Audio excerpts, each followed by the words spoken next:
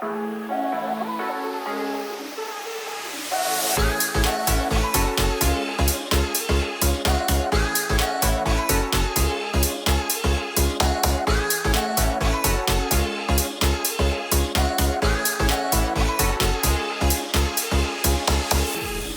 back to the True Images podcast. I'm here with Ivan and Margot. Hello. And John Wolf. Hello. And we are without Jason today. He is on a cross-country move, so he has a lot of things happening in his life that he won't be here with us this week or next. But also I thought this would be a great opportunity for us to talk really nice about Jason behind his back, and then one day he's going to listen to this and be like, my friends love me. So this is fantastic. This past week, Jason is our pastor, John and I, and it was his last Sunday, and it was a rough day, a great day, but it was also like, oh my gosh, we've known this person Mason and I have known him for 20 years, and he was my youth pastor and been around a long time, so it was a rough day. I'm looking over at Ivan.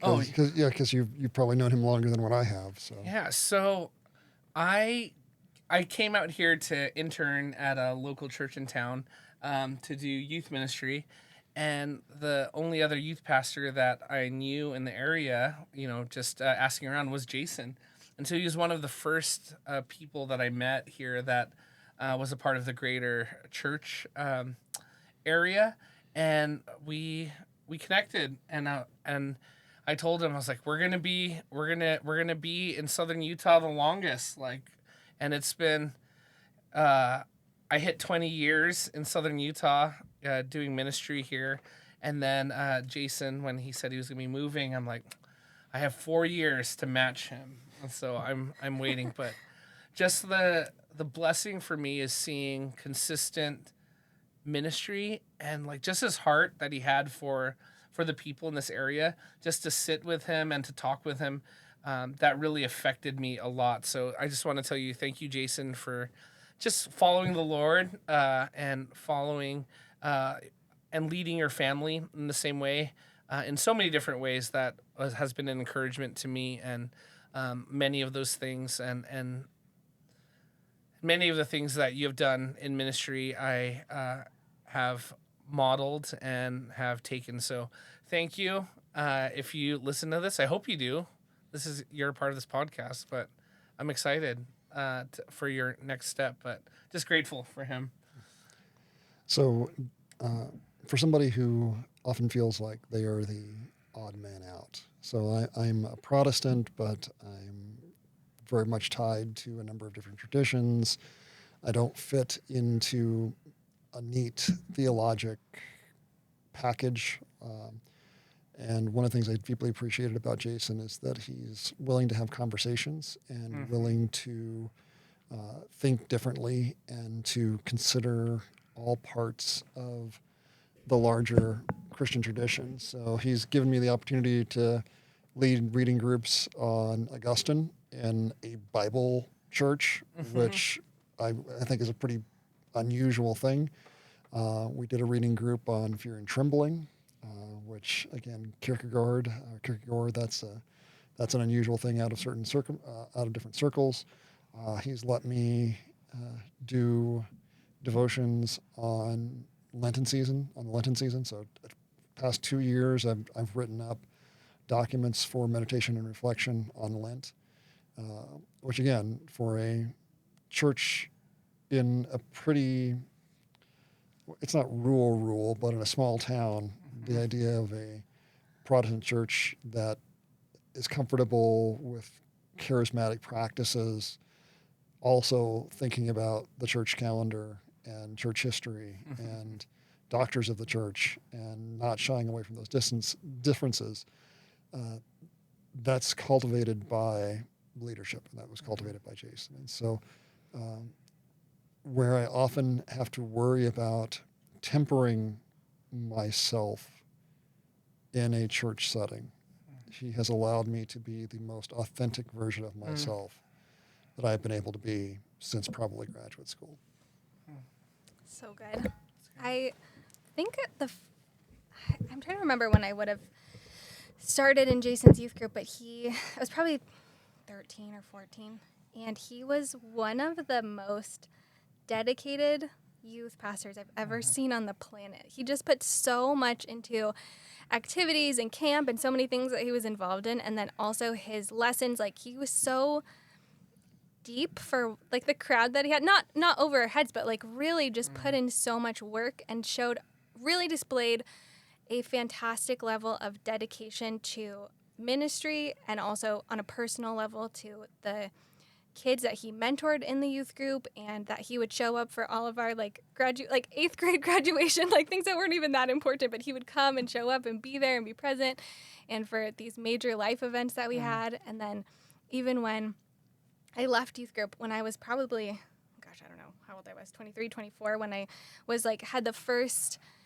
inklings of starting Real Truth Ministries. I didn't even know what it was, but I just had this idea, and I hadn't seen him or Christine in, probably his wife, in maybe like 4 or 5 years. And I just texted them and I was like, I have this idea. I don't know what to do. Can you guys help me? And they were like, yeah, come to our house. And they helped me like formulate the very first ideas for the ministry that we do today. So I am so grateful. And then also as a pastor, just to see the way that he leads with so much humility and is able to explore a depth of scripture that I think is really beautiful and helpful, but also make it accessible to people and be able to have those conversations where maybe he doesn't completely agree with someone, or maybe is just listening to someone who has contrasting ideas. And again, do that in a way where he displays humility and just a willingness to explore scripture and see where he can lead people to grow and where he can grow. It's just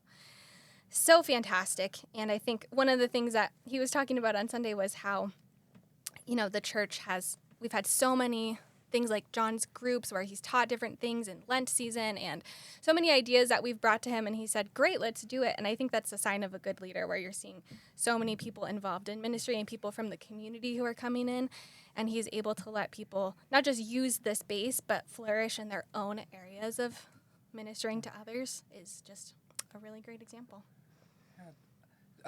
It was that word of like dedication and consistency. And one of the words that I thought when you asked that question is learning gentleness from him. Yeah. Like even when Shannon and I, my wife and I, started venturing for our church plant for Redeemer Community, we connected with Christine and with Jason during that time, and just how he encouraged me in so many things that during that time that I was struggling with, like with the church. There's a whole nother podcast, but with the church and with just some of the pain of transition that I was going through, and he walked me through a lot of that I needed, and was grateful for him. And I'm really glad this is just a encouraging word and not a eulogy. So this is good.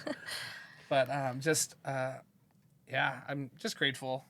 And I think that maybe one thing to think about, especially since hopefully we'll have people that are listening to this that are not aware of who Jason is.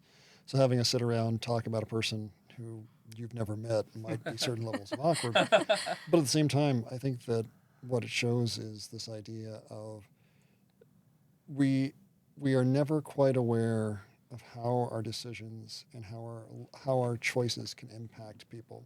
Mm-hmm. We never get a second chance to make a last impression. And so when we talk about Jason, even if you have no idea who this guy is beyond what you've seen in the various materials associated with the podcast, understand that you have the opportunity to impact people's lives, to be generous, to be kind, to be thoughtful, to be open to new ideas, which hopefully is one of the reasons why you're listening this late in the game. But so even if it's not a matter of you knowing him, it can become a matter of thinking about what virtues, what excellences you want to emulate, and who has helped you see that. If you've ever seen, there's a video clip of Mr. Rogers. Hopefully everybody knows who Mr. Rogers is, when he was receiving a Lifetime Achievement Award. And during that Lifetime Achievement Award, he got up and he said, instead of talking about himself, he said, let's begin this discussion with 10 seconds of silence. And during this time, I want you to think about someone who has lifted you up, who has made you be, has helped you actualize yourself in a way that no one else could. And people started laughing, and then he looked down at his clock and he said, I'll start the time. And just for the next few seconds, everyone, all of these rich Hollywood people are just sitting there in silence. People start weeping. And the kind of thing of becoming a person where you can change people's lives is worth considering. So good. So good. And also to think of the legacy that you leave can lay the foundation for someone else, and so on and so forth. And also, I just forgot, I don't know how I forgot this. Jason also married Mason and I. So that's like a pretty pivotal thing in my life.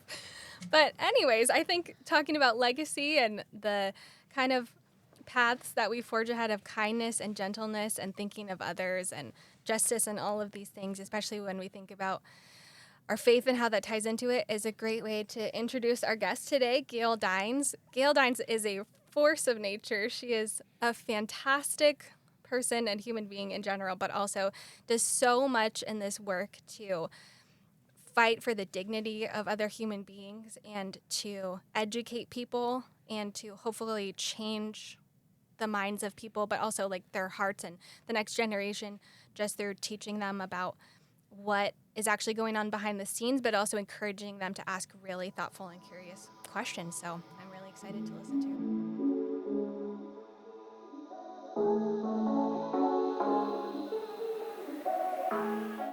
Hi, Dr. Dines. Thank you so much for joining me today. It's a pleasure. Thank you for inviting me, and please call me Gale. Thank you so much. And if you want to start by introducing yourself and your organization, Culture Reform, that'd be fabulous. Okay, so I'll give a little bit of background of how I ended up being referred to as the world's leading anti-pornography scholar, because when I was growing up, that was not what I had in mind, obviously. So I was always interested in violence against women from a feminist perspective and how to stop it. And when I was 22 and writing my doctoral thesis, I went to see a slideshow about pornography. This was many, many years ago. And I have to say, it changed my entire life. I had never seen such violence, and I couldn't believe that men made these images and other men watched them. It was like amazing. So I went home and I immediately called my thesis advisor and I said, I'm changing my topic from the sociology of education to the sociology of pornography. And I think I wrote the first ever PhD in England on the sociology of pornography. I now have lived in the States for 40 years, but did my degrees in England. And then I got my PhD. I became an assistant professor, an associate professor, a full professor. And virtually all of my research has been on pornography, specifically how it harms women and children, but also how it harms men, because they're a big part of this that we don't often talk about. And I've been writing, research, and lecturing on this topic, oh God, for like 30 years. My book, Pornland, How Porn Has Hijacked Our Sexuality, has now gone into its sixth language. So it's pretty much caught on. And as a professor for many years and traveling the world lecturing, I got to the point where I thought, I don't know if I want to be locked in a classroom anymore. I mean, and I was thinking about starting a non-profit because I'm also one of the few who study pornography who's got a PhD. And if you're going to go into this area, you need to be credentialed. It's very important. And then just by happenstance that year, in 2016, I was giving a lecture to a philanthropy group, very wealthy women. And they came up to me afterwards and they said, we want to give you startup money for a non-profit and lots of it. And I thought, this is never going to happen again. How often does money fall in your lap, especially around this issue? So I became a professor emeritus, which meant I no longer teach at university, and I founded Culture Reframed. And when we sat down, there was no organization like it. And when we sat down, I organized a conference of people, of academics from different disciplines, sociology, psychology, media studies, neuroscience. And we came up with the idea that this should be a public health organization. We should take the public health approach because the great thing about public health is you bring together people who normally don't speak to each other, sociologists, psychologists, medical experts. And also, its very core is about improving the health en masse of communities and the society. So that was nearly 10 years ago. We've since grown. We have, I'd say, we're the go-to organization probably in the world because we're all of us who work there and give lectures. Again, we all have terminal degrees, and we get to places that we wouldn't get, even if we were saying the same thing, we wouldn't get there without those degrees. I keynote the annual American Pediatric Association, which was the biggest conference that the pediatricians have. We've lectured to the CDC. I've been consulted with the Brazilian government, the Norwegian, the Swedish, uh, uh, all over the world. Actually, we're actually beginning in Sri Lanka, starting some talks there, and especially what we've been interested in lately is, as well as developing programs, free online programs that you can get at culturereframed.org, and we have a program for parents, excuse me, very accessible, a program for sex educators, because I don't think there's any sex education curriculum that talks about pornography. Of course, we don't show it, we talk about it. And it's actually, and a lot of sex educators are not sex educators. What they do is, they're math teachers or whatever, and they get an email in like September saying, or August, you're teaching this course. Excuse me. So we created an entire curriculum with for a semester, or you can shorten it for high schoolers, which basically teach the teachers how to teach this. And we've even got PowerPoints they can use in class, discussion points. I would suggest if anyone's a teacher who's listening, they go to that. It's free and it's a full curriculum. We also built with, I don't know if you're familiar with the CACs, those are the Children's Advocacy Centres. There's over 900 in the US, and they are the first port of call where a child goes if they've been sexually abused. And what they were finding is that more and more kids are being sexually abused by kids who've seen pornography. Some statistics put it at nearly 50% of kids sexually abused are abused by other kids. And we're talking the average age of I hate to use this term abuser because he's about 11 to 15, and the average age of the victim is between 4 and 7. And they are seeing things they've never seen before, levels of violence against these girls, and of course, boys also being assaulted and raped. And they didn't know why they were seeing this. And then they heard me speak, one of them did, just one person from the CAC, and she called us in. And from that, we started a whole consultation series with the CACs, and we've built a program for all medical experts exploring the role of pornography in child sexual abuse because they didn't know this. They had no clue. Even people on the front lines working with child sexual abuse don't know this. So I can't tell you how many times, at Culture Reframe, we go to a conference on sexual abuse of children or whatever, and we're the only group talking about pornography. And it's like, it's the elephant in the room.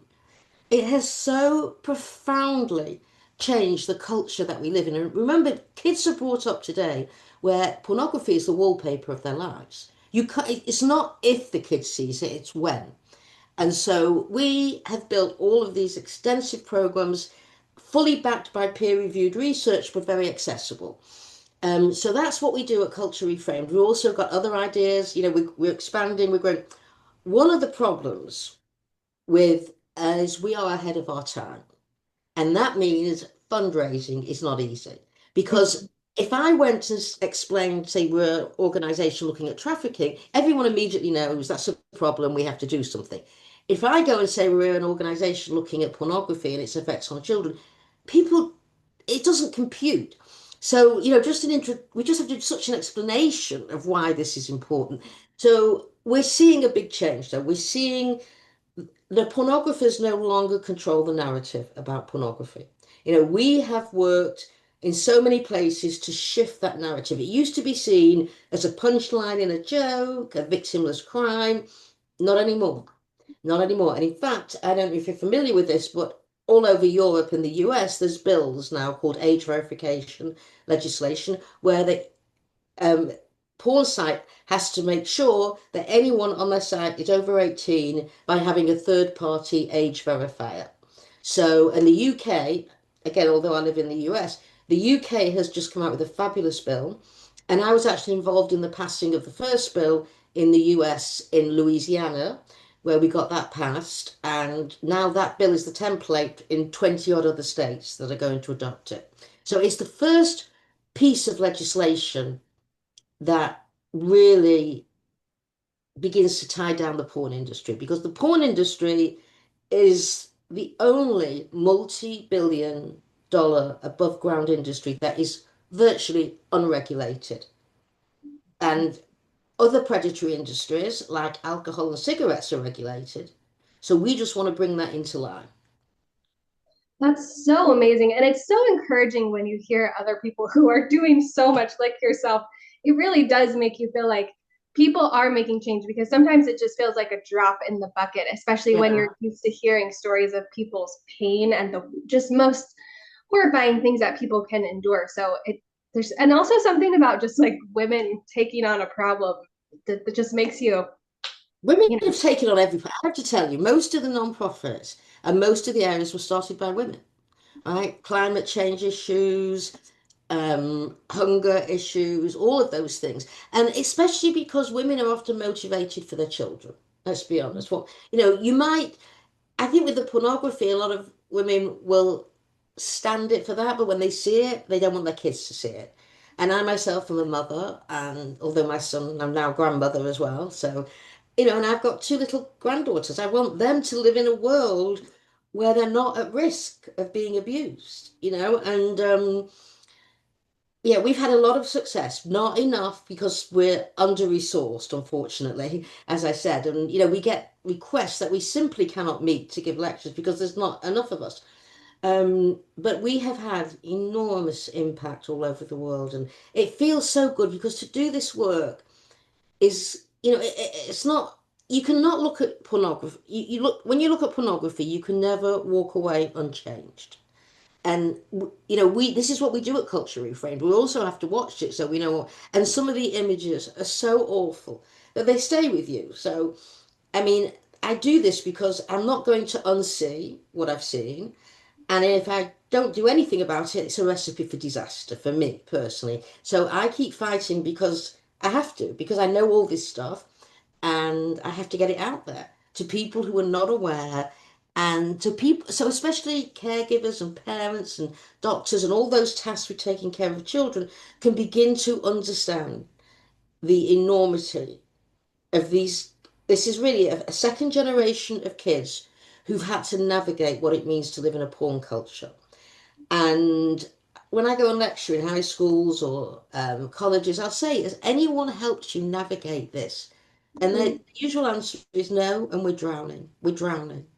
So this has been an incredible sort of dereliction of duty on the part of adults who are tasked with taking care of kids. And the truth is, every adult in a civil society is tasked with taking care of kids. Whether it's my kids, your kids, the kids next door, the kids across the, that is our job as adults. And I'm afraid on the whole, it's fallen down. And the policymakers, it's taken them what, 20 odd years of mainstream internet violent pornography for them to wake up to it, and we have been in government offices with high people, senior, explaining you've got to do something about this, you've got to do something. And now we're being heard. absolutely. I would love to jump right in and get your perspective, having worked on this issue for so long. How have you seen, especially with the rise of internet and technology, how have you seen pornography change, especially in the past 2 decades, the nature of it itself? It's so profound, it's hard to explain because Bob Jensen and I, who had on another podcast, we wrote a book in together in the late 90s, pre-internet, and we wanted to write about the content. So what we did is we went to a porn store and we said, first of all, to the person who worked there, what sells? We want to know what sells. And they said everything. We have to restock the shelves every 2 days. So we said, well, give us your major stuff. So we came home and we spent 2 dreadful days going through the pornography and doing an analysis of what we were seeing. And it was very violent then, right? Then comes 2000 and the internet becomes domesticated. It gets into people's homes. Now, let me say, it's not that the internet drove pornography. It's more symbiotic. The pornographers drove the internet. A lot of the things you see on the internet, like pop-ups, pop-downs, payments, that was all developed by the porn industry. The porn industry gave a huge amount of money to the R&D of the development of the internet. And in fact, when you go to the conferences, the big porn conferences on one floor, upstairs is often an electronics or IT conference, and you see them going upstairs, downstairs, because basically they're so connected. So the internet drove porn and porn drove the internet. And how it did is it made porn affordable, anonymous, and accessible. You no longer had to go to, a creepy movie theater or a porn shop or what rent videos. It was right in your home, totally private. And what we saw when we were doing this, studying this, is that it went overnight from pretty hardcore to extreme hardcore. We're talking the mainstream now. That's what changed. Mainstream porn pre-internet was cruel, but not like this. Now it is in 2000, it just amazingly shifted, like overnight. It went to body punishing, cruel, violent, debasing acts against women. Anyone with a camcorder in LA could make money. You just put up a website. And really, I mean, even as someone who'd studied it for so long, I could not believe this was happening at this rate. And then around 2007, 2008, there was a man called Fabian Thyman who was an internet expert, and he developed the first ever free porn site, which is called Pornhub, right? And everyone's heard of Pornhub. And what he did, which was a brilliant business model, was he went around pirating material from other sites that you had to pay for. He made it free. And of course, he got money in other ways, ads, etc. And also, what people don't know is they made money by selling data onto other groups. So if you go on pornography sites, your data is out there for everyone and being sold on. So Pornhub became sort of the internet porn site because it was free. Then followed others like X Hamster, uh, other groups. But Pornhub really, was owned by MindGeek, that was Fabian Thymes. He then got arrested for tax evasion, of all things, right? Rather than trafficking and all of the stuff that was probably involved in Pornhub. And then it was somebody else took over, and then it was recently sold to a group called ILO, uh, and they're now the owners. They basically control the infrastructure of the porn industry. Now, why these age verification acts are so important is they have teeth. So, for example, in the UK, and in Brazil is now starting to do this as well, and other countries, is if you do not have everyone on your site age verified by this third party where you have to put up your face and your ID and everything, so it's really done professionally, you are fined either about $12 million or 10% of your earnings profits, whatever's higher. Now you realize for everyone that's per person. So that the way to bring down the porn industry today is not through legislation around obscenity. That doesn't work. It's through the civil courts where we bankrupt them. We go after them for every time they're out of uh, compliance. And I don't know if you remember Girls Gone Wild, that show with which we thought was about girls lifting their t-shirt, but actually it was much more hardcore on the internet. I was involved in the court cases that bankrupted him. We bankrupted him. We just kept coming after him, but through a civil court about the harms he'd done, because a lot of the young women and girls he picked were under 18. So he was basically trafficking, doing child pornography image or child sexual abuse images. And we just basically, I worked with a very well-funded law group, law firm, and we had our teeth around his ankles and didn't stop. I was chief consultant for these because I'm not a lawyer, I'm a researcher, as well as an activist, and he's disappeared because we bankrupted him. That's the Oh, way. you are such a hero to so many people, but it's so, like I said, it's just so amazing when you're like, I'm fighting on the same team with this person. It's like, oh my gosh, Gale Dines. So that actually helps lead to my next question, which is, well, I guess just an observation. It seems like this is really impacting children's what would be healthy sexual development. How do you think this is impacting kids when some studies tell us the average age of exposure is 8 or even 9 years old? Yeah, yeah. Yeah, it varies depending on what study you're looking at and what country. But I mean, I was giving a talk to the Polish government, and a therapist came up to me afterwards and said, I've got a 7-year-old who's addicted to pornography in my, yeah.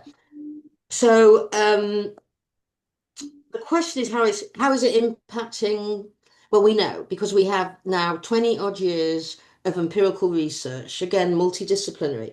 What we know is that the younger the kids get to porn, the more likely they are to become anxious, depressed, believe in rape myths, more likely they are to sexually harass, rape, go to trafficked and prostituted women, have less grey matter in their brains, drop out of school, and basically withdraw from life and have a much higher chance of being addicted to it. And the reason for that is that adolescence is an enormous time of brain growth in the brain.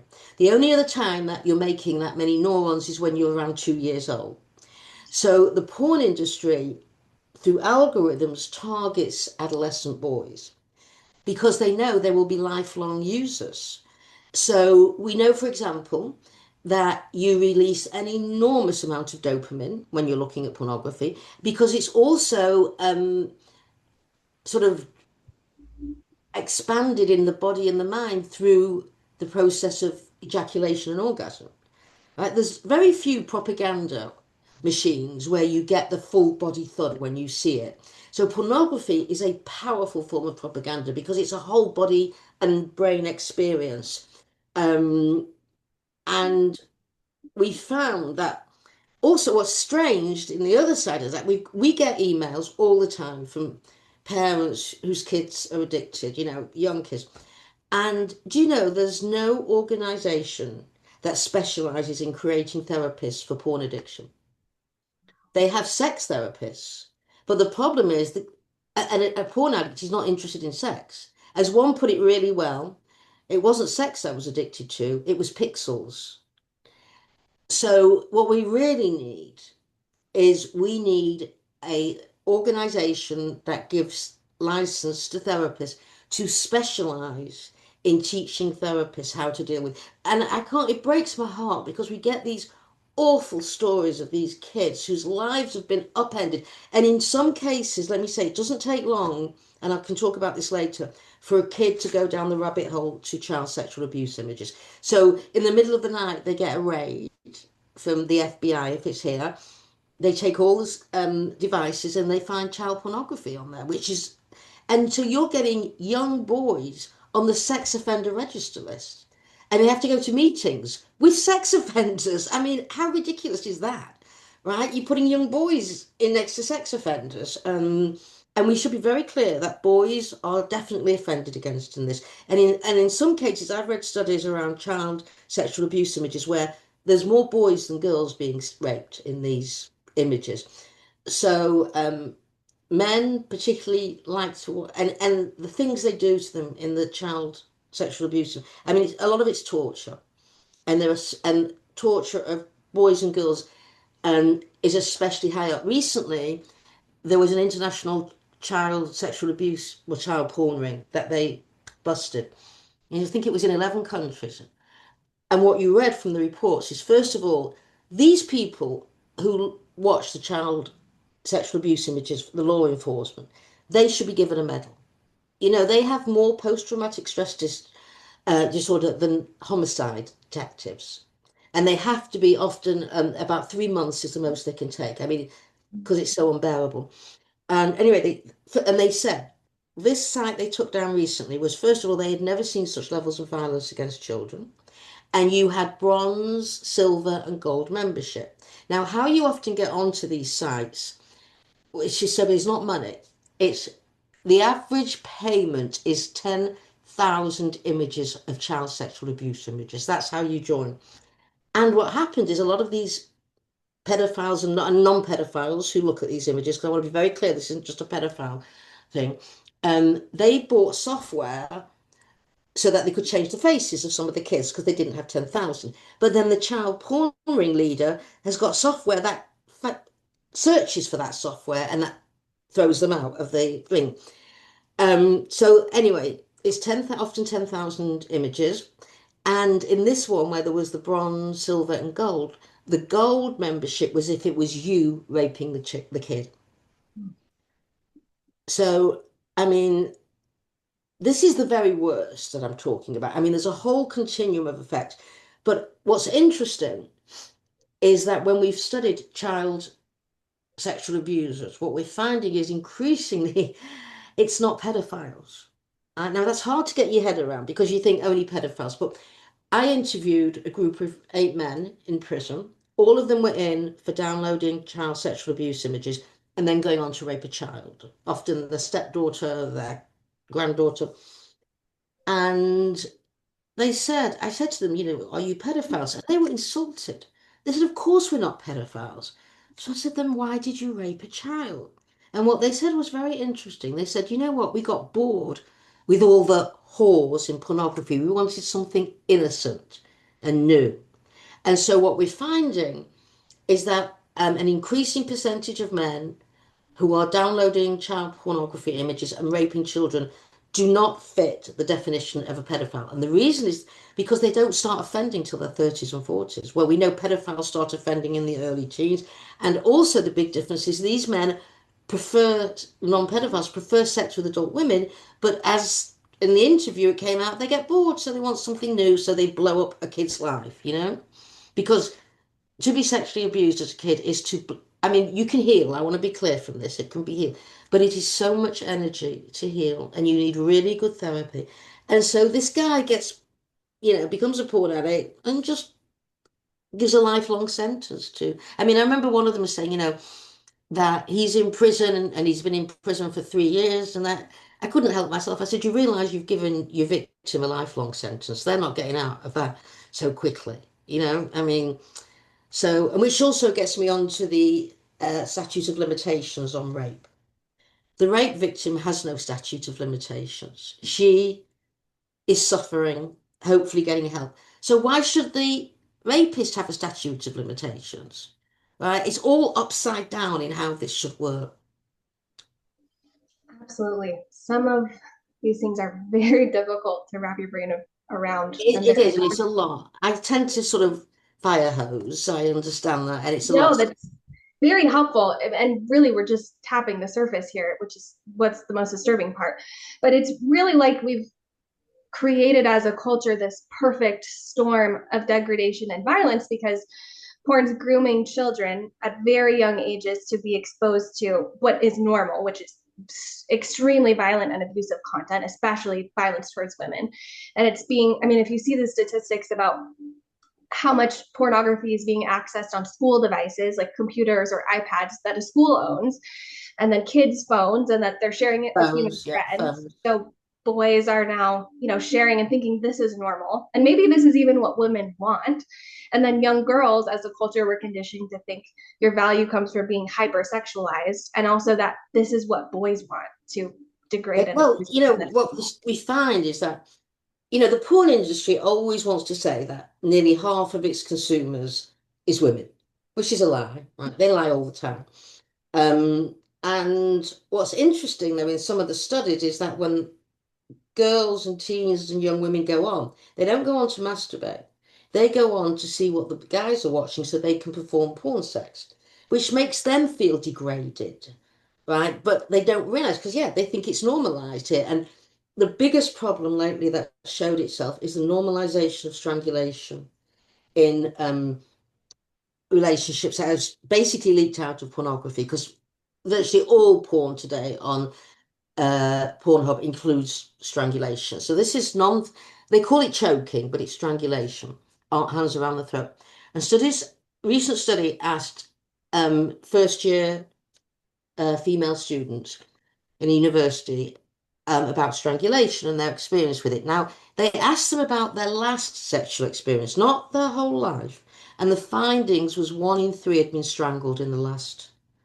Now, what we know from the research is it's called non-fatal strangulation because it might not kill you, but it has enormous effects. They reckon that around 40 odd percent of women under the age of 40, this is going to sound ridiculous, but this is the latest statistic, that 40 odd percent of women under the age of 40 have strokes because of strangulation during so-called, I mean, even to call it sex is ridiculous because it's life-threatening.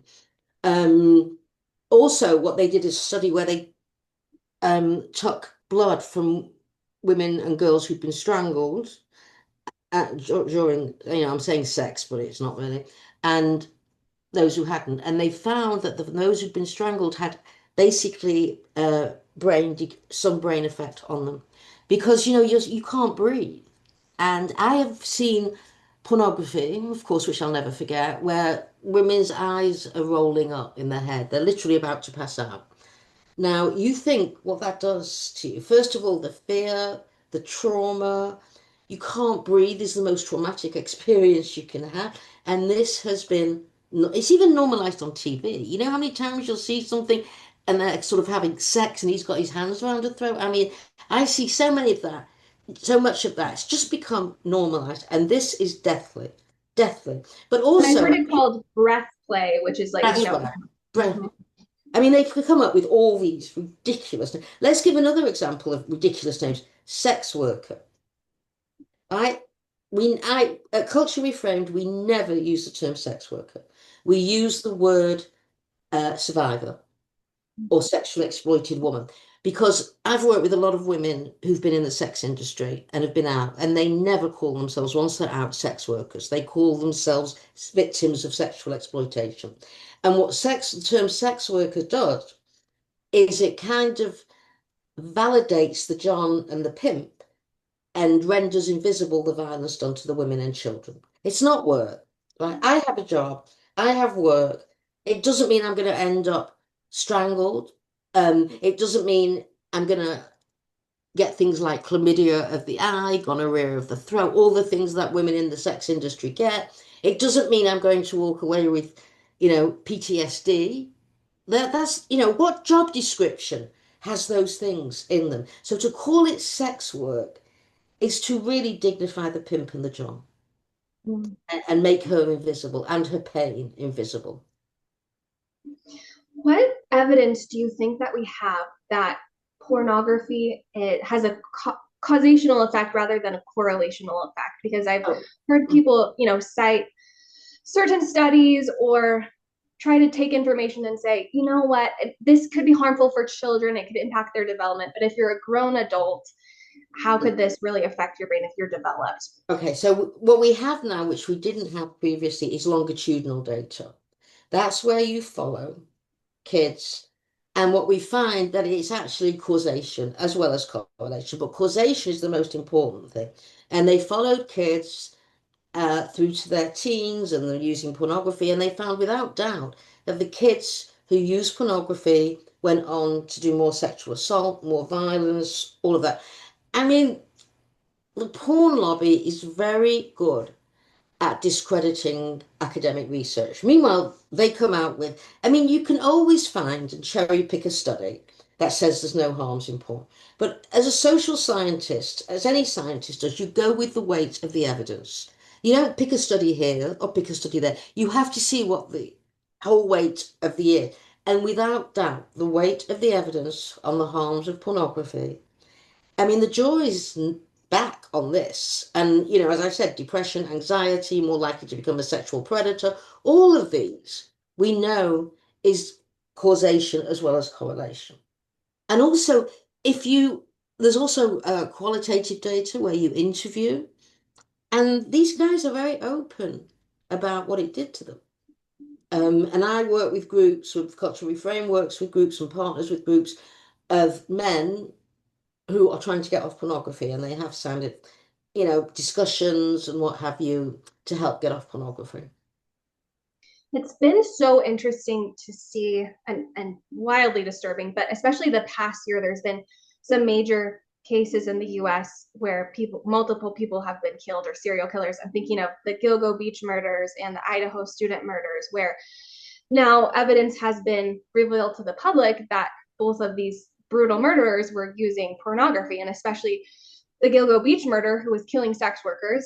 They were able to do digital forensics all the way back like 20 years on his devices and see not only that, he had scheduled in these times where he was going to have commit these murders, and then he had notes and all these things, but also torture pornography that was very similar to the acts that he committed against these women.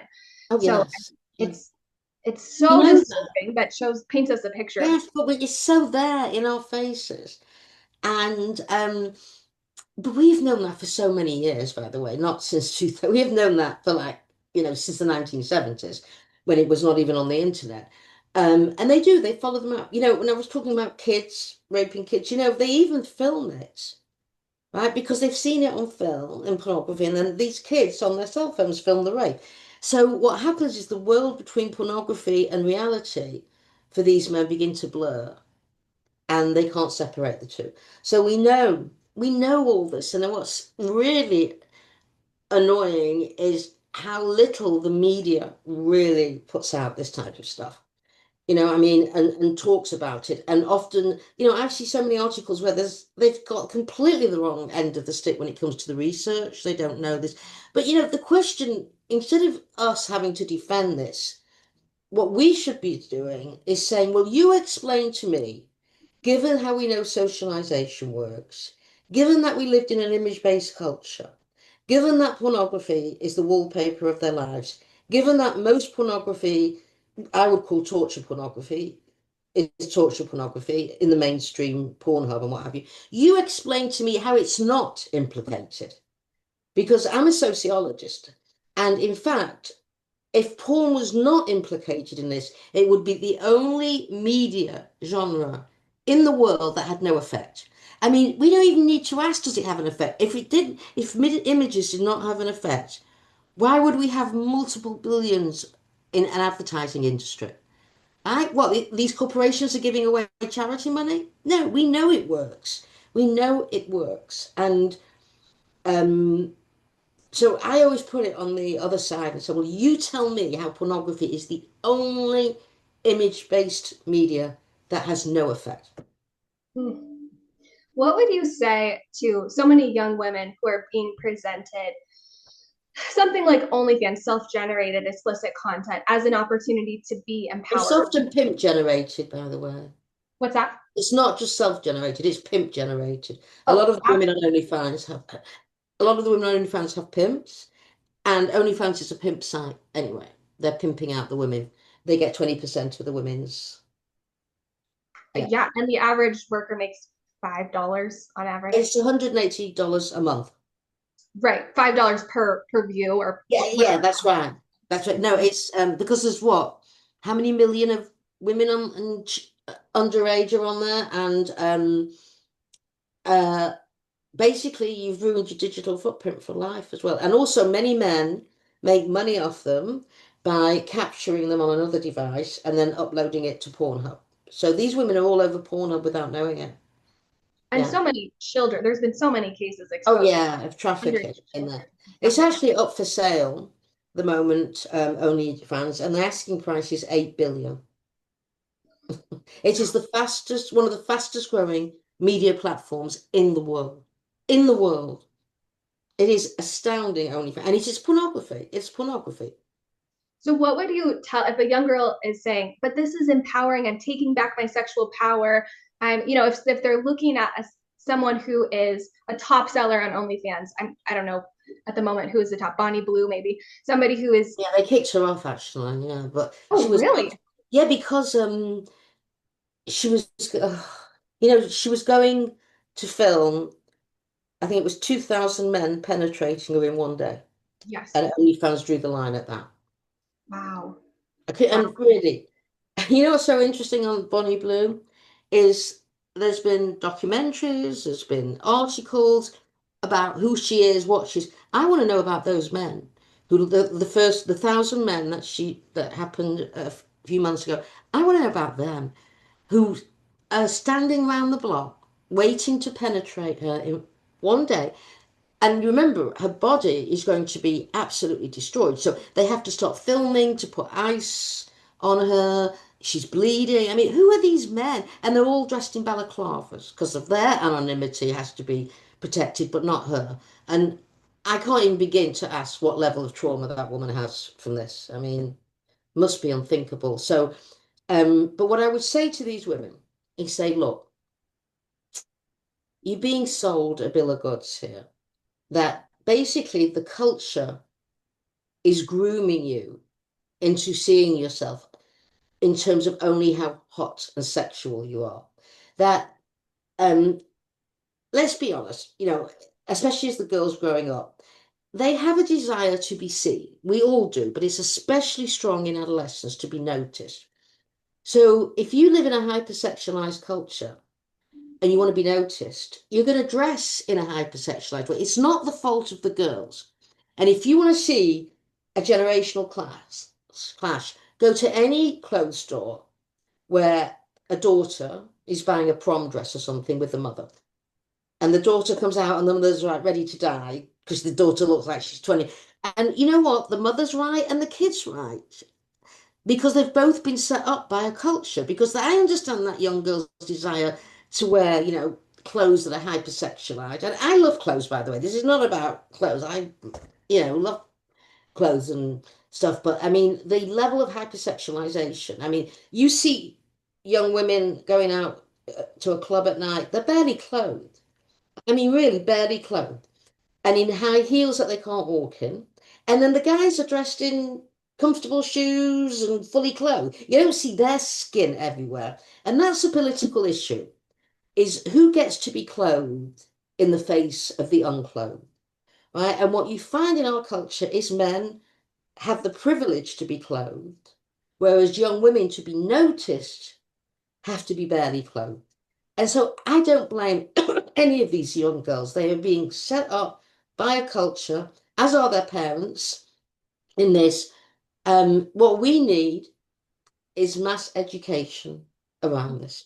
We need really good sex education because all studies show the better the sex education, the less likely girls are to have sex early on, the less likely they are to sleep around early on and hook up, which is, the sort of porn sex that's all over the culture.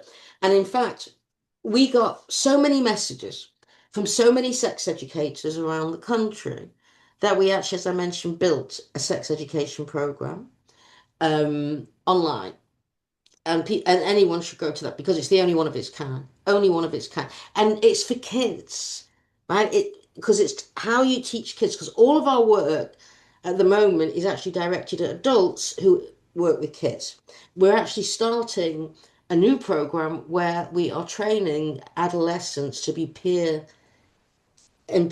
groups to give lectures to talk to other kids their own age because kids listen to kids.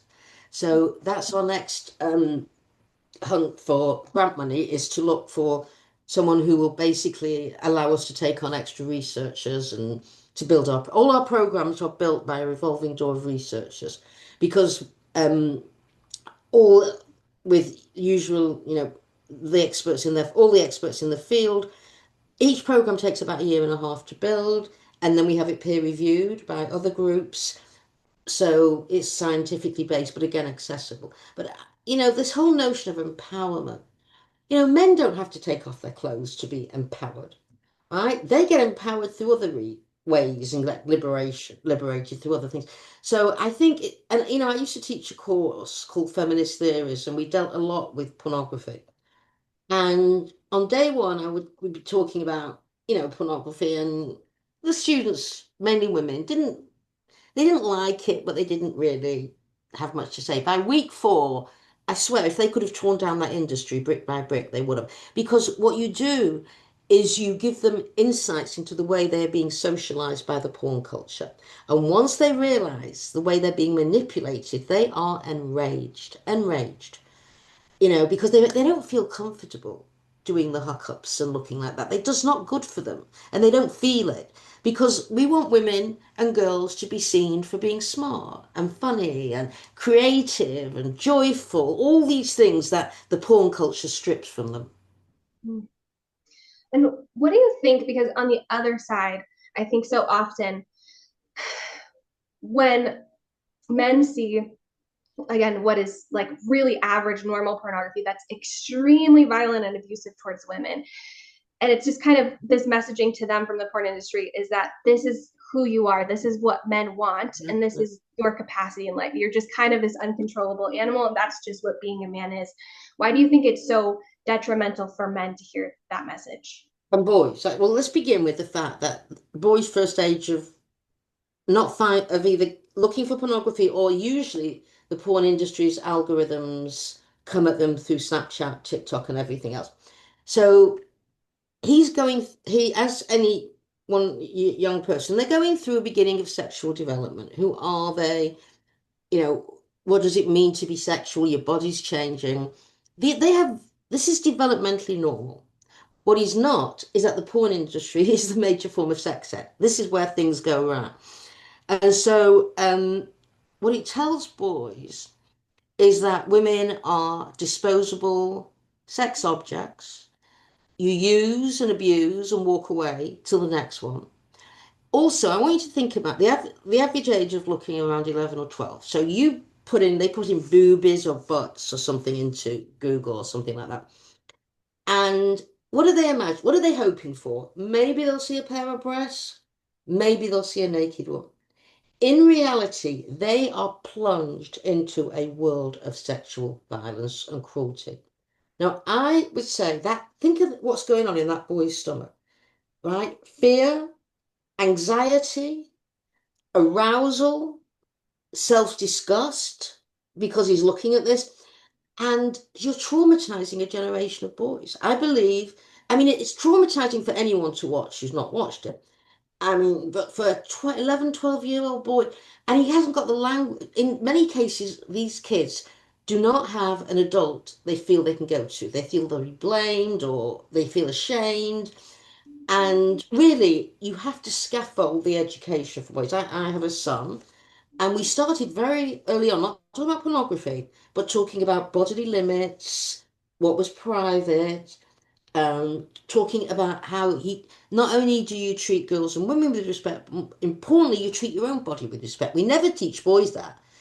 Boys are taught that, you get as many notches on your belt as you can. That's what makes you a man. Well, actually, we need to start teaching them about their own respect for their bodies and the bodily limits of who we are and what we are. So I think we are traumatizing a generation of boys, and I think that traumatized generation of boys then go on to do, not all of them, there's a whole continuum of stuff, but go on to do some of the worst acts.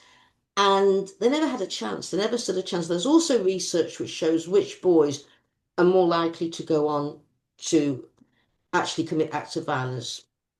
Boys who've been sexually abused, boys who are neurodiverse, boys in the foster care system, boys whose parents look at pornography. Right? So it's not like one size fits all. There's a lot of variables to take into account. But I mean, this is what I think about is not just the girls, but the boys. And what does it mean at the moment they're developing what we call sexual template?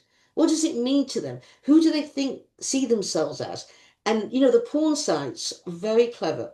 They say things like, we know what you want. We know what you are. This is for you.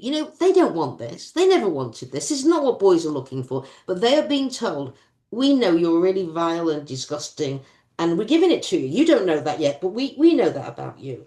So there needs to be forums, and this is one of the things we're hoping to create online, is forums where young people with someone from Culture Reframed, leading the discussion, or one of our consultants, talking about their experiences with pornography, and not where they get graphic, but where they talk about how they felt, a place, and we can offer them vocabulary. I mean, it's very, very difficult to talk about something that happened to you if you don't have the vocabulary for it. And they don't. They don't. So we've built a program for parents, again, which is free, that helps parents have conversations with kids.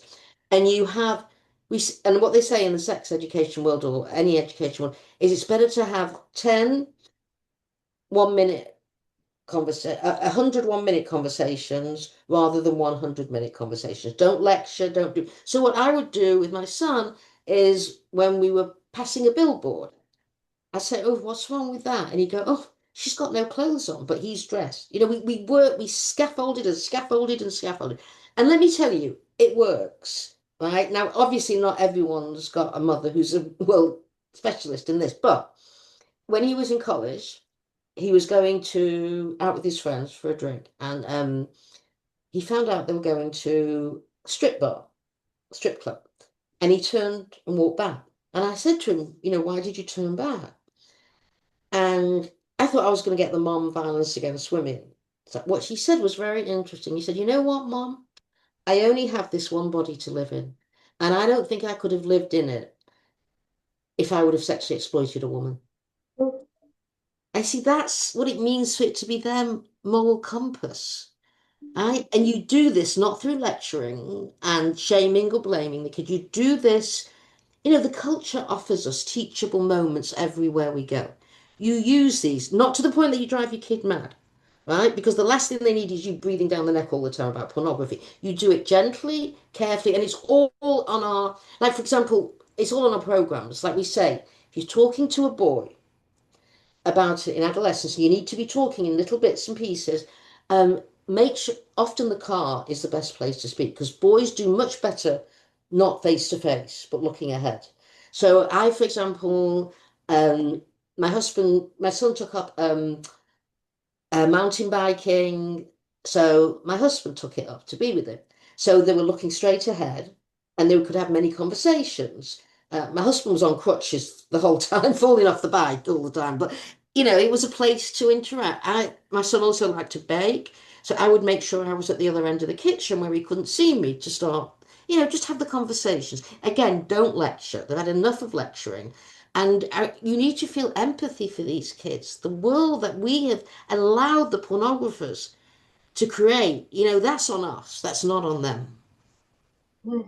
That's so helpful. And what a great way to engage your child, not to go, oh, wow, a billboard, don't, shaming or say like, oh, close your eyes and freak out because kids can feel that palpable tension, but to have conversations and be curious and ask questions and help children to form ideas and to ask thoughtful questions themselves, because I think that's what's missing from a Yes. lot of this industry is people who aren't able to ask curious questions like why is this happening, why is this what men want, or why is this a woman's value.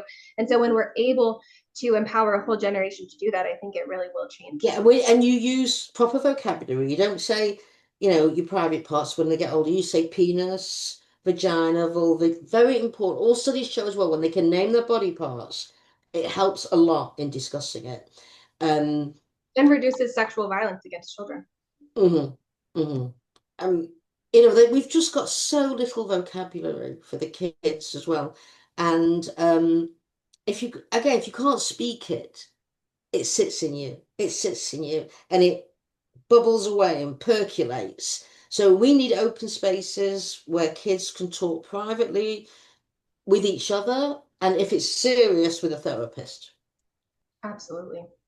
What, on our last note, what would you tell a parent who maybe they feel overwhelmed by so much just information in the world? There's so many things, even not even just pornography, but they turn on their TV and there's sexual images that their child's being exposed to, and they feel like, I want to hide my kid and put him under a rock. No, And yeah, of course, absolutely. Yeah. yeah, what would you coach these parents? What kind of Well, words of first encouragement? thing I'd say is we started at Culture Reframe because we wanted to hold parents' hands.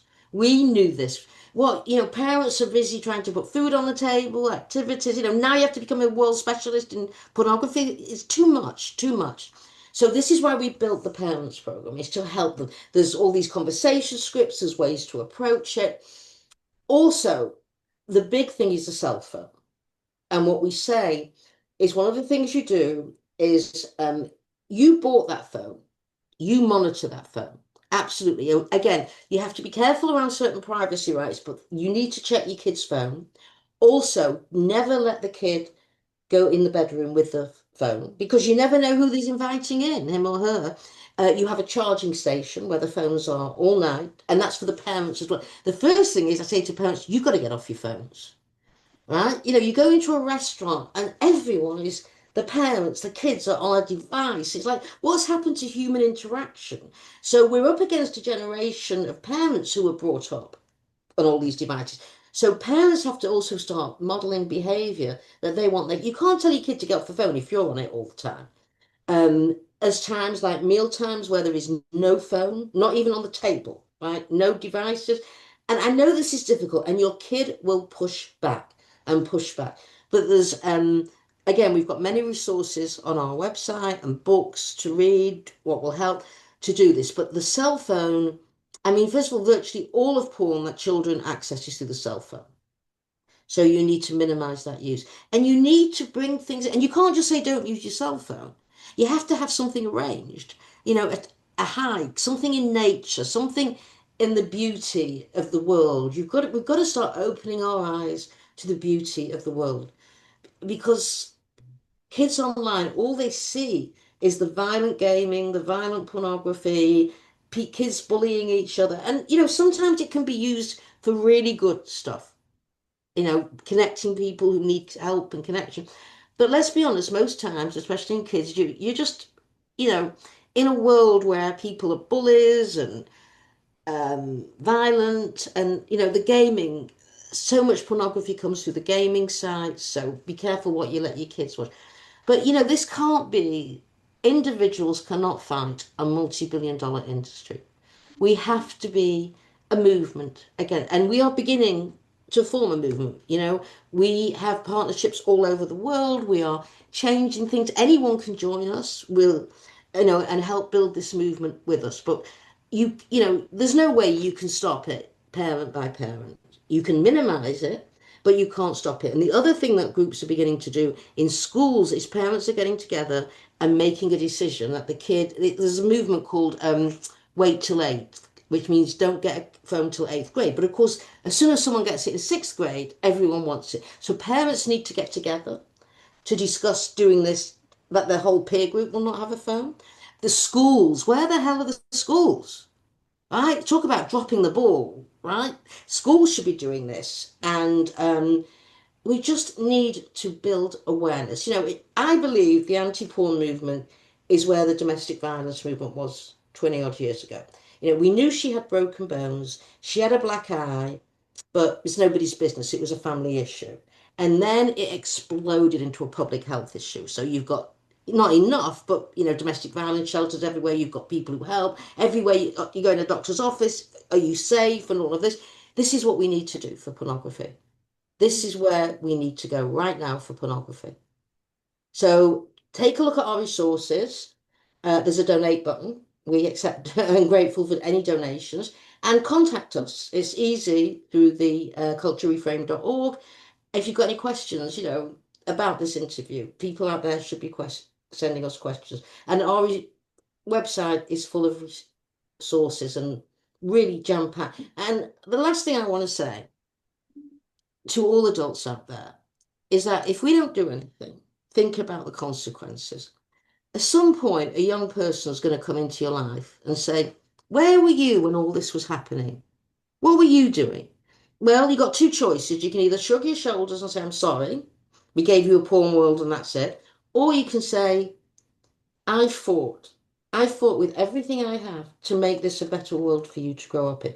And if we change the I to the we, then the last sentence will be we won.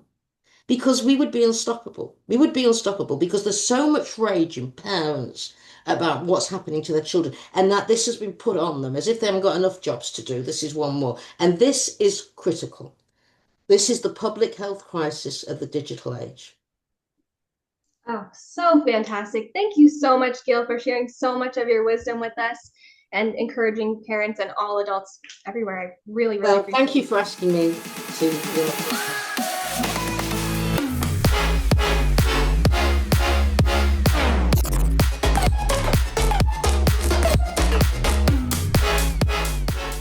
Okay, we're back. Gale is one of my most favorite people to interview, and it just made me go, I'm so glad that I'm on like the same team as this person because she's very bold and very just a great example, I think, in so many ways. I'm really glad I got to speak with her. Yeah. And as we were talking between transitions, one of the things we mentioned is that, a lot of the work that she's doing concerning content, especially dealing with violence in pornography.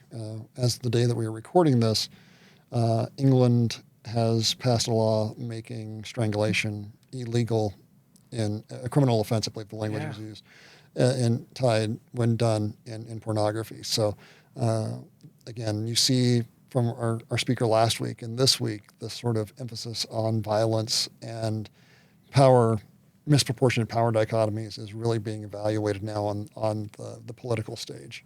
That's a huge landmark decision. That is incredible that just happened. Crazy. One of the things I really loved that Gale talked about was raising her son and how she did it in such a pornified culture, but was able to not just like shelter and protect, which is an important part of parenting, but also to be able to encourage him to just really think about the issues and think about things like dignity and consent and all that's involved, and encourage him not just to, like memorize her talking points, but to really think about those things and build a solid foundation to be able to understand the complexities of those things. And I think that's a really important conversation to have in a world where a lot of kids are being really groomed by pornography. And I think part of that is tied to the idea of objectification and dehumanization. That, in the talk this week, one of the things that was mentioned was that, you have individuals that are essentially committing crimes against children, but one of the reasons why they're committing crimes against children is because they don't think about the long-term violence and the long-term ramification. Mm-hmm. They think about it as an object for them to receive pleasure or gratification from. And the reason they even don't consider themselves pedophiles. They say, I'm doing this because I want to be excited, or I want to draw pleasure from in a way that I'm not able to get it. And so, this weird, bold assumption that people are not objects that goes back, again, it feels like every single podcast that we do, I'm talking about Kant and dignity and prices. But this discussion about human dignity and how we treat other people is foundational to this discussion of purity culture, to the discussion of how we see ourselves, about pornography in general, the underlying issue of, how are we teaching our children to see other people? Mm-hmm. Are we teaching our children to see them as objects or things for gratification, or are we seeing them as complex individuals with needs and wants? And I think for me, the thing that, as I was listening to this interview, and again, for me, my mind always goes half a dozen different directions. And from an academic standpoint, I have a colleague of mine that's very invested in feminism and pornography. One of her research interests is pornography and deep fakes. So the idea of further objectifying a person without consent. And there's an article that she presents, it's by a figure named Eaton, and it's called What's Wrong with the Female Nude? And the whole point about the article is to go through not just contemporary discussions of pornography, but actually classic works of art, and discuss how some of the themes that we've seen in the discussions that we've had over the past few weeks about pornography are actually not just found in the 20th century with pornography, but are also easily traceable through works of, and again, for those who are just listening, you can't see me do the air quotes, fine art in the Western tradition. And, a lot of the themes that are being discussed in the interview about dominance, about reducing individuals to body, about just reducing individuals to just an appearance, about silencing individuals. Again, in the Eaton article, there's this specific focus on silencing women. And I liken that back to some of the conversations that we've had about strangulation, where what are we doing with strangulation? Strangulation is squeezing the life, is objectifying. It's literal silencing of your intercourse partner. And so it's important to understand that this is not just a contemporary question. Oh, we have the internet, we have access to all sorts of stuff. It is a long-term human issue.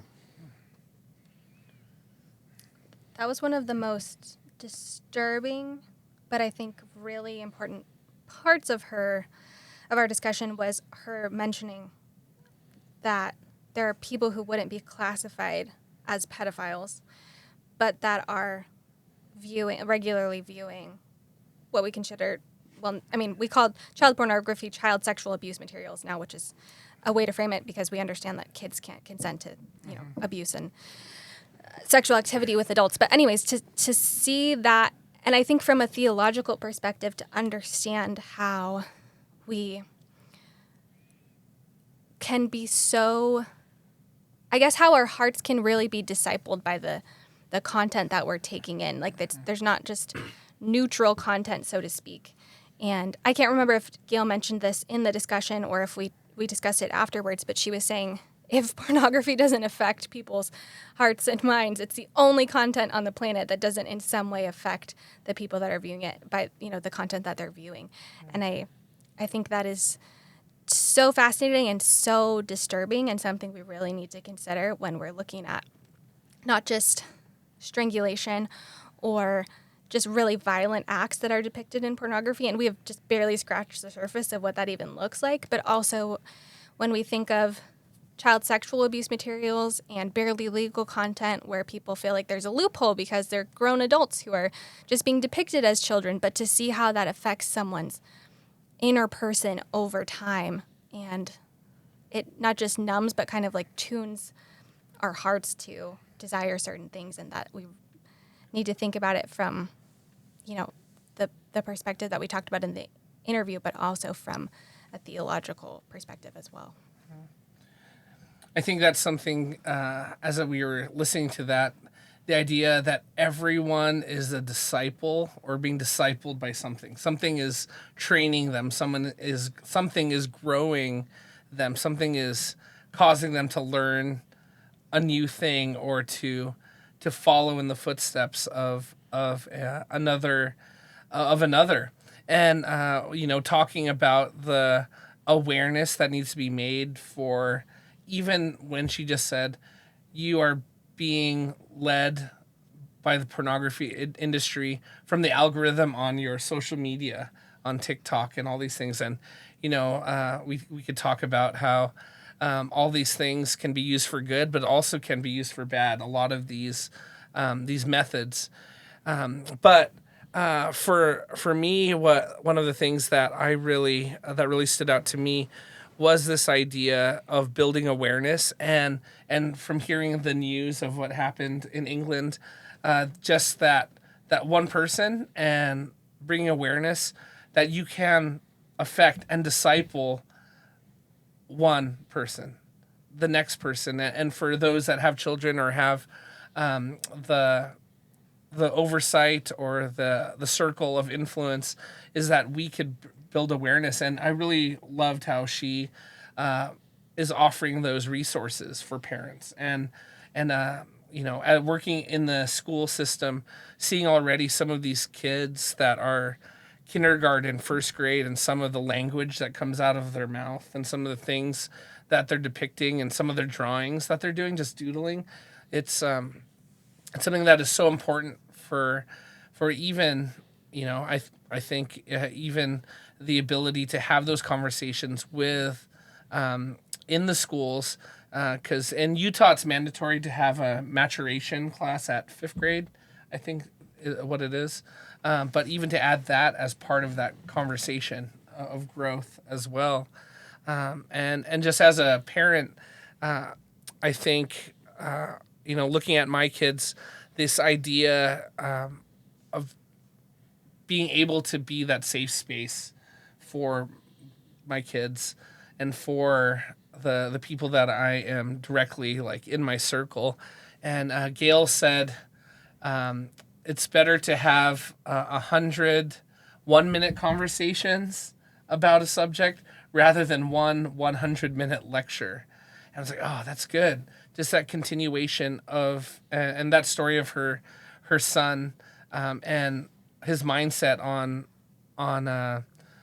going to that strip club, on the reason why. He was like, I couldn't live with myself if I would be in that, be a part of objectifying and women in that way. And it was just really good just hearing that. And I think she said, not every parent is going to be like a super, what did she say? It was like a super, oh man, oh, I'm going to mess this up. I didn't write it down. But she was like, not every mother's going to be a Gale Dines, basically. But we do have resources to take that step. And again, I know for a lot of parents, it's going to be uncomfortable. Like, I just read a book with my son about consent, a book that we had. What does this look like? Talking about using the words. And at first he was laughing a little bit, but we've been consistent with using the language of like even penis, vagina, what is consent, and talking with them, and even with my daughter, and using that language with them to grow them. And again, it's another encouragement. Like, it's those little steps moving forward. And I think that encouragement for parents out there to find those resources to step into. I'm grateful for just this opportunity to have another opportunity for awareness for that. And I I just remember, when I was a kid, and I was grateful. My parents just handed me a book, and we didn't really talk about it. And I'm grateful for my parents when you guys listen to this. But I want to grow and be able to open up that conversation so we can have those conversations with my kids. And I think one of the things that we've seen over the course of doing these different sessions together is looking at instances where communication hasn't been present. And so I'm thinking in particular of one of our earlier discussions where somebody was encountering something that their father had, and in that moment led to a descent of their own sort of pursuit of content and sort of losing sight of themselves for a long time. That idea of just that moment of seeing her father's content changed her forever. And so when we think about these 1-minute conversations, these instances of encountering people, and how am I treating other individuals? How am I treating members? How am I handling my own feelings of being attracted? How do I handle my own discussions of sex? Because kids aren't stupid.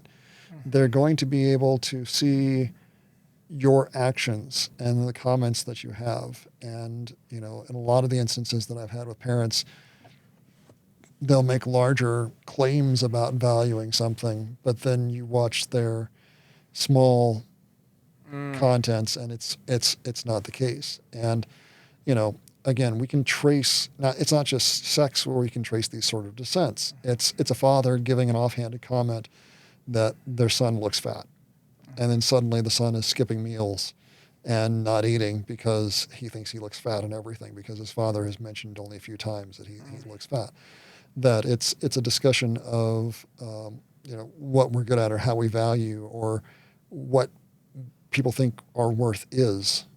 And so, admittedly, while a lot of this conversation is dealing with the fallout of a poor sexual ethic, I think that we can extrapolate that to a larger discussion of ethics as a whole. That, a lot of things that we're saying here about purity culture or about pornography can, I think, directly be related to any sort of addiction or any sort of vision of dysphoria or not seeing ourselves correctly. And the idea that I could cause my children to not see themselves correctly because of a comment that I made humbles and terrifies me. Yeah. But again, I would encourage people not just to use it within this particular context, but to expand that perspective a little bit, and think of it beyond just the immediate discussion of sex. That's so good. I can't wait for the John Wolfe parenting book. I'm gonna need it. I think too, like as you said, 100 1-minute conversations fits more in line with the idea of discipleship. That it's not like discipling someone is you have them sit through a lecture, but it's this ongoing investment in their life and commitment to them to become more like Jesus, and to through that show them the love of Jesus, and in this conversation to really lay the foundation for human value and what that looks like to show other people the respect and dignity they're owed as an embodied soul, all these ideas that we're building upon. And also what I really liked about this interview as well was her talking about just the contrast that she was able to show to her son, as an example. The way that she talked to him and the way that she taught him was not the depiction that porn gives of what men are, that they're like animalistic and out of control, but to build him up as someone who can have self-control and can show dignity to others. And that's not just something he's capable of, but it's a responsibility of his as a human being.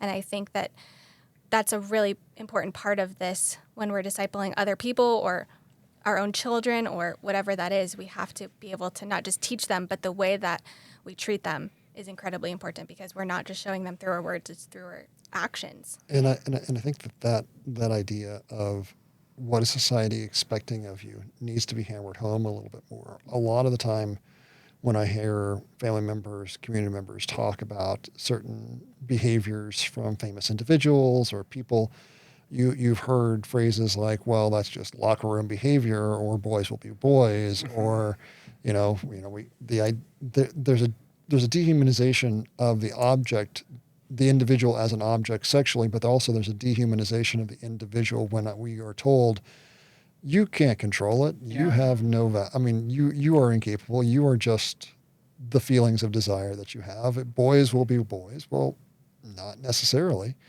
Why are we putting individuals into that box and that identity? So I think that there needs to be this long, hard look at the kind of culture that we create, not just for women and the objectification of women, but also the devaluing and dehumanization of men, that we are just a figure of things that desire without any sort of self-control or awareness. And I think that's important to consider we talked briefly about OnlyFans, because that's ever becoming more a part of this conversation of the commercial sex industry, because it's just really changed the way that explicit content is produced and the way that people are trafficked even, and also just the way that people think about this content, because it adds this like level of personalization. And it's also kind of combining the ideas of someone who is a social media, like a representative who is, influencer, that's the word I'm thinking of, who is an influencer, but then part of that job is now, for a lot of people, is being an OnlyFans creator and being involved in, we talked about Bonnie Blue and like not just creating explicit content, but then also now this is like a real life experience for people. And being able to ask somebody, who you don't know, but it feels like there's a personal level to it, but it doesn't exist. And that's been a really interesting thing that will come up in later conversations And again, I would emphasize very strongly that while we are dealing within a sexual context, it is not just a sexual context where this sort of thing happens. So just a few weeks ago, there was a famous female streamer. They had a big event called TwitchCon that occurred. And there was a female streamer who was doing a meet and greet at the behest of the company, Twitch. During that time, an individual came up and assaulted her, just came up and assaulted her.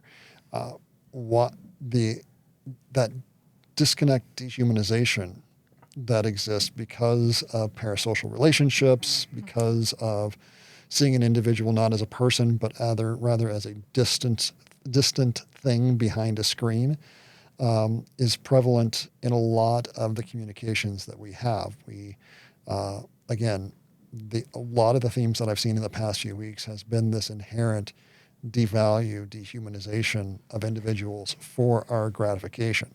So a streamer exists now, whether they're doing adult content or not. I think both fits here. A streamer exists, and they are there for my gratification. I give them a subscription, $5 a month. I've paid them for their time. I can do what I want. You know, it's akin to treating somebody who's working in the food industry awful because you gave them a $2 tip on a $50 bill. And so, you know, the lingering undertone to all of this is, how am I treating other people? And if you are following God, am I treating other people as image bearers? And if the answer to that question is no, I'm not, then you really need to look at how you are engaging other people.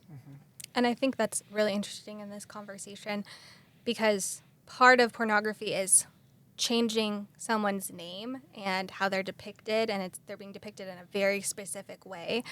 And also with, you know, the OnlyFans being a part of this conversation, is it's like people can request that people look or dress or change their hair color or appear in a very specific way. And that all plays into this conversation. And the fascinating thing about this, it's not even the person. So one of the things I found really interesting about the conversation was, people are subscribing. They believe that they are communicating with the person, and really what they're doing is communicating with some people that are paid, and, you know, low-income workers working in a different country.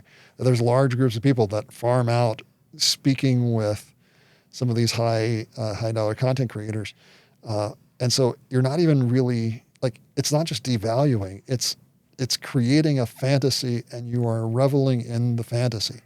If we're doing this, I mean, if I'm drawing, and again, admittedly, this is a poor analogy, but Jason's not here to stop me.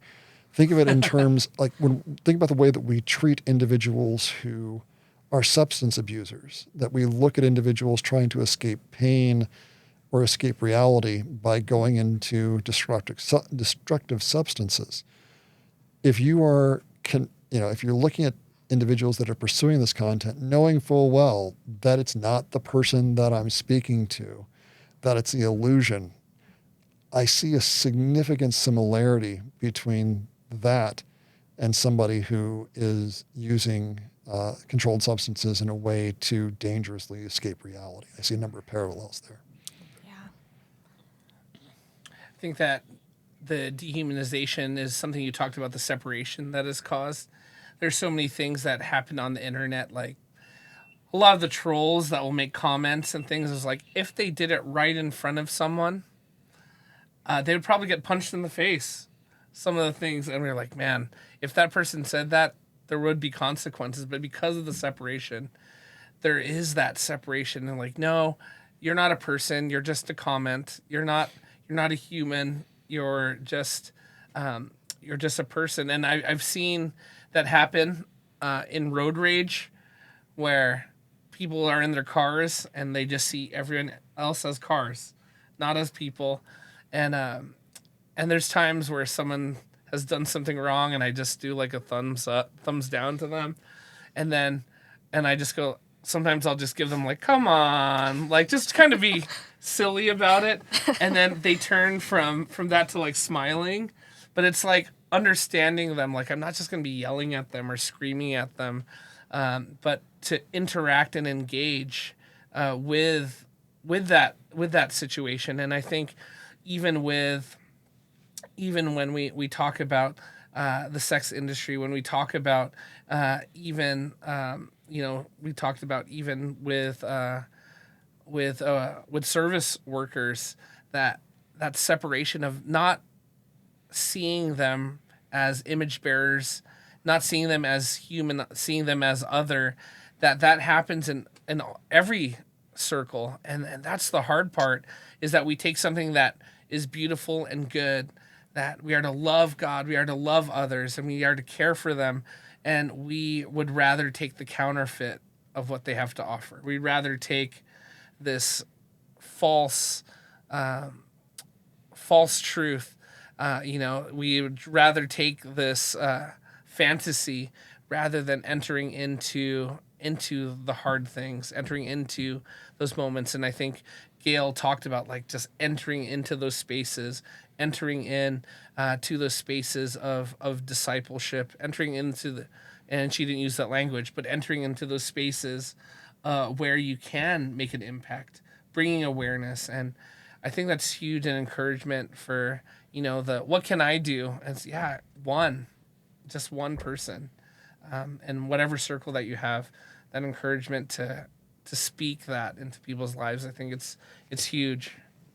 Yeah, one of the people that I'm interviewing soon is Drew Boa, and he has these really great ways of explaining things like desire and attraction and fantasy. And the way, hopefully I'm explaining this well, but the way that he explains fantasy is that it's taking our desires and then using them to tell a story, because there's like underlying needs that we're trying to address. And so in some way, this fantasy is trying to get at things. And from a Christian perspective, like Drew explains it, as Jesus followers, at the root of a lot of these things is that we either don't trust that God can provide for our needs, or that his design for sexuality is truly good, or that we believe that we can pursue our own, we can define what's good and evil in our own eyes, as Tim Mackey would say, and we can try to pursue what's good on our own apart from God, and all of these things, it's really at the root, and then it gets distorted through, like taking our desires and then trying to meet our needs through telling these stories. And sometimes that means dehumanizing others, or it has to do with, our pride or ego or whatever this looks like. And again, this doesn't always just pertain to the conversation about sexuality, but your comment, John, about thinking about people who misuse substances and what that looks like and what kind of needs are trying to be met, I think is a really important consideration. And as you're talking, I'm thinking of just that, the information we have about how influential fathers specifically are in their children's lives. I think it's a really great encouragement to talk to moms and dads, but especially dads who we know just have their influence or lack of influence can really affect a child's life, and to think about using that influence and not just the words that we speak, but the examples that we set for kids and for people who might not have a dad and are looking to certain people as a father figure. Or, we were just talking about Jason and his incredible influence on so many people, and using that as a way to, a way to disciple people as well. All right. Well, I'm really glad we got to talk to Gale and get so much of her wisdom and advice. And we'll be back next week with another interview.